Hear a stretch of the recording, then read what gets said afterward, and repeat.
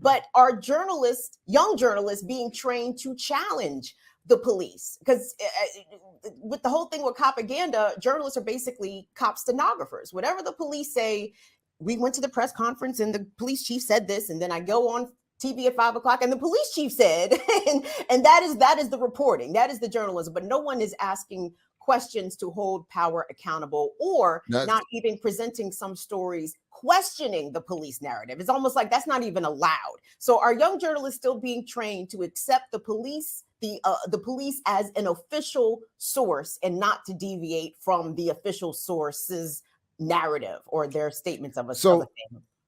I just, before I say anything else, I'll say, because I know you know what you're doing, that this isn't necessary for you, but I know that anyone wanting to get in a more accurate understanding of anything should go beyond just one source.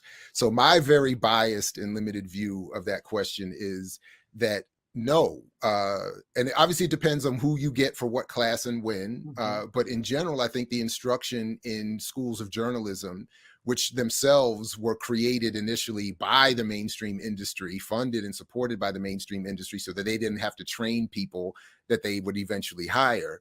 They could externalize the cost.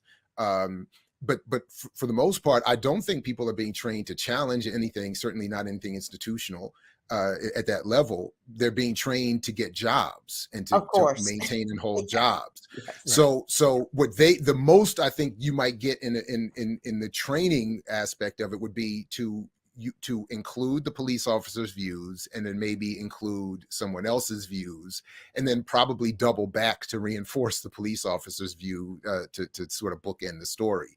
But in terms of the point you're raising, no, I don't think people are being encouraged to that at all. In fact, one of the biggest problems that I had, both as a student in a school of journalism and then a professor in one, is that the same problem existed across mainstream white University of Maryland campuses to Morgan State HBCU campuses. And that is, the first thing to go is critical thinking, history, theory. The non-practical elements of journalism are the first thing to go, so that people are taught the process of putting a story together, but not necessarily the ability to understand the context in which the story is coming together, or the politics involved. So, or certainly the political economy involved. But I mean, but regardless, we got to keep in mind, I mean, first and foremost, we're up against white power media.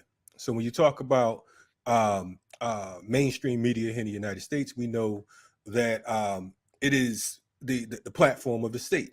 But not only that, I'm sure there are always good journalists that come along that want to report, so on and so forth, and be consistent and non-biased, unbiased, so on and so forth. But we have to keep in mind that, if you get a job at McDonald's and you are a master chef, you have to deal with what's on the menu. You know what I'm saying? It's not what you still got to make a Big Mac. Yeah, I like to put some Sazon on my Big Mac, or I usually, I grill onions and I saute my mushrooms. That shit don't go on there. That's not on the menu. So when we're dealing with the state's propaganda machine, what's on the menu is what you deal with, and if not, then you end up like homeboy over at the San Jose Mercury News, who committed suicide by shooting himself in the back of the head twice. Gary Webb. Exactly. So by putting a note outside of his door, then going inside and shooting himself twice in the head. In the back of the head. You know what I'm saying? He's a bad dude to be able to shoot your head. First of all, the fact that you shoot yourself once, but twice in the back of the head, and you don't have automatic. I mean, there's a serious suicide. So yes, he was committed, Kalonji. He wanted to make sure it happened. Wanted to make sure. He's like, you know what? I don't think this bullet thorough is journalist hollow enough. Right.